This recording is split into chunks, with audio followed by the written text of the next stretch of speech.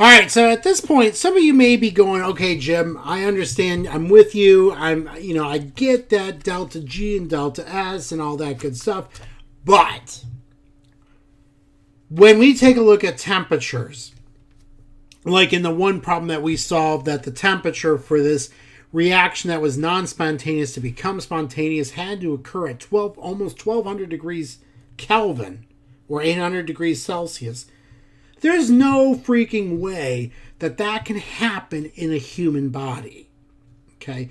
So what about biological systems where things have to be favorable? If a reaction is unfavorable, all we have to do is raise the temperature and it becomes favorable, right?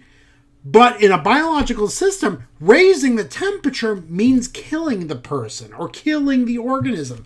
So how do biological systems make a reaction that's non-spontaneous become spontaneous? Where does this happen?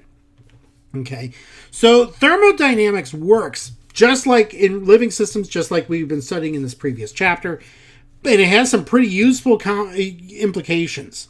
So many biological reactions are not favored thermodynamically, and so how does nature make this happen? What nature does is couple reactions together.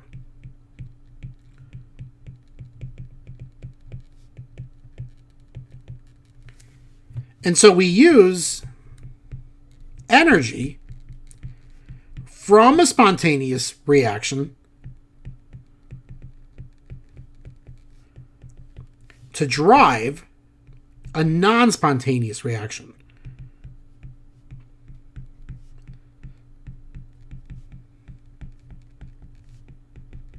So this is actually kind of cool.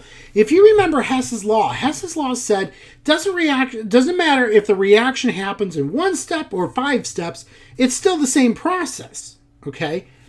And so kind of the same thought here. We're going to take a reaction that is spontaneous and provides energy. We turn that energy around and use that energy to drive the non-spontaneous reaction forward, so that way the reaction becomes spontaneous. Okay, so let me show you how this works. What is the primary source of energy for much of the biochemistry that our body does? Well, we get it from food. Okay, we eat, we use that energy to provide energy. We use the food, we digest it, we get the molecules, we break the molecules, get ATP. All right, so to summarize this very important relationship between glucose and ADP, ATP in this figure. So here it is. We're going to say that food is glucose. Let's say you're eating, food is going to have lipids and amino acids, and we can get some energy out of there, but to keep things simple, let's just talk about glucose. If we take glucose, we eventually will break glucose down to form carbon dioxide and water. It's a combustion reaction. Okay? But what we do is then use that glucose, use that energy from this reaction, because our body's constantly breaking down glucose. We use that energy to help this reaction forward. So what we're doing is taking ADP and making it become ATP. And then we take that energy, when we take off a phosphate group from ATP, that energy to take off a phosphate group drives this reaction where we're taking amino acids and we're combining together to form proteins, to form a chain of amino acids, which that's the primary structure of a protein. All right, so how does this work? So food is processed, absorbed, and produces CO2 and water. Okay? It makes energy available.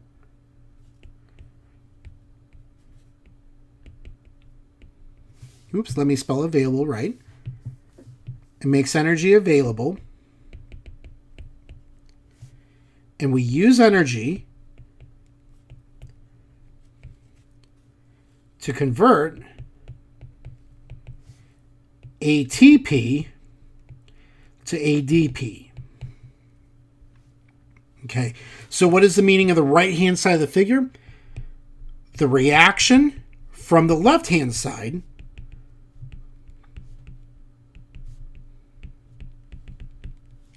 is used to make proteins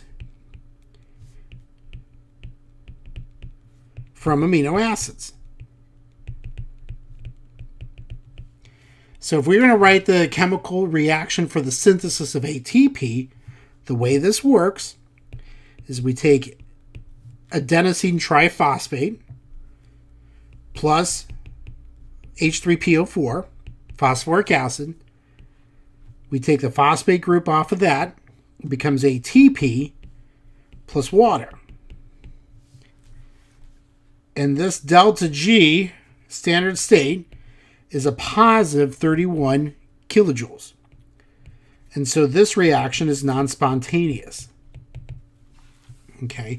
Now, if we give the reverse of this reaction, ATP plus water yields ADP plus H3PO4, this reaction is spontaneous. So delta G is negative 31 kilojoules. So the reverse reaction is spontaneous. Okay. So now let's consider the following equation. Glucose plus H3PO4 yields glucose 6-phosphate plus water. Okay, and the delta G is going to be a positive 13.4 kilojoules. So let's write a coupled reaction between this reaction and hydrolysis of ATP and then calculate the K. So if we take ATP and water, that's going to form, let me rate this as a forward reaction. That forms ADP plus H3PO4. And if we take glucose plus H3PO4, that gets us glucose 6-phosphate plus water. Okay, and if we keep track of the delta G's here, delta G for this first reaction is negative 31 kilojoules per mole. And for the second reaction, it's positive 13.4 kilojoules per mole. So we know number one is a favorable reaction. Number two, though, that's a non-favorable reaction. But notice this. If we add up these two reactions, okay, so water is in both equations. They cancel, and they're on the opposite sides, so they cancel out. The phosphoric acid is also on opposite sides. They cancel out too. So the overall reaction would be glucose plus ATP yields glucose 6-phosphate plus ADP. Okay. If we take negative 31 plus 13.4, that's going to give us a negative 17.6 kilojoules per mole. And so we could make this reaction go. We can make this reaction go if we couple it with a reaction that does provide us energy. So now this reaction is favorable. Okay. So this reaction is spontaneous if we couple it with that first reaction. All right. So now that we calculated the delta G value, let's calculate K. Okay. So we got this equation, delta G standard state is equal to negative RT natural log of K. All right. So we're going to solve for natural log of K. That's going to give us delta G standard state divided by negative RT. All right, so we've got negative 17.6 kilojoules.